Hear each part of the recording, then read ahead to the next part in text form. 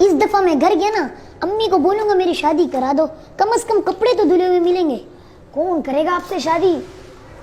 कौन करेगा मुझसे शादी? क्यों, मैं कोई मर्द नहीं हूँ? मेरे ठिकने कद पे मत जाओ, अंदर से पूरा हूँ। आपकी अम्मी को क्या फायदा होगा आपकी शादी कराकर? अम्मी को कपड़े धोने पड़ते हैं, बर्तन मांजने पड़ते हैं और घरेलू काम करने पड़ते हैं। उसकी इन कामों से तो जान छूटेगी।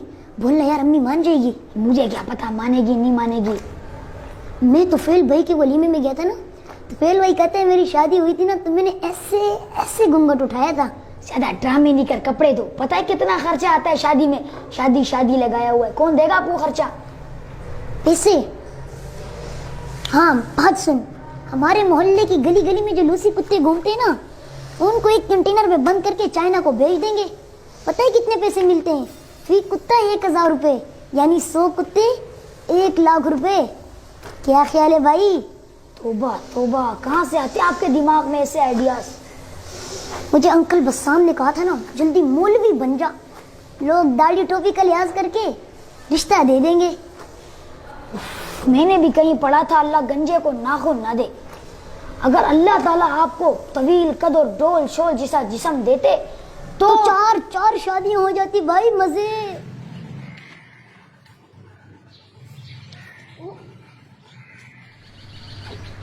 अबे यार आप यहाँ बैठे हो?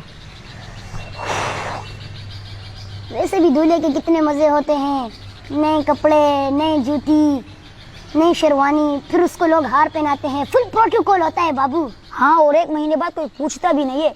जब खर्चे बढ़ जाते तो पूरा करना मुश्किल हो जाता है। शादी न करना यारो, तुमको बता रहा हूँ, आफत गले लगी है, इसको निभा रहा हूँ। टंग टंग टंग टंग टंग। अबे वो काम अल्लाह ताला का है। जब बच्चे होते हैं तो पेम्पर्स और दूर का इंतजाम अल्लाह कर ही देता है, लेकिन दूल्हे के जो दखरे होते हैं ना, वो देखने लायक होते हैं। यार दिमाग नहीं का, चुप हो जा। अभी जाके मैं तेरी उस्ताद को शिकायत।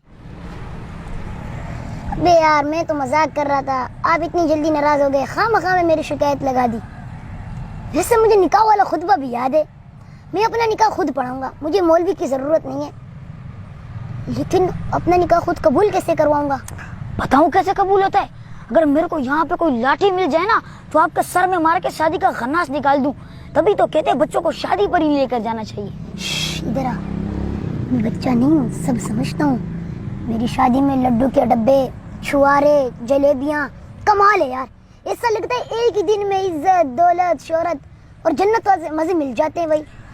मुझे बता मैं कहाँ जाकर मरूं, कहाँ डूबूं, और मैं आपकी शादी की बकवास नहीं सुनना चाहता। प्लीज मुझे माफ कर दो, मुझे माफ कर दो। अबे यार मैं तो मजाक कर रहा था, ये भाई तो सच में गुस्सा होके चले गए।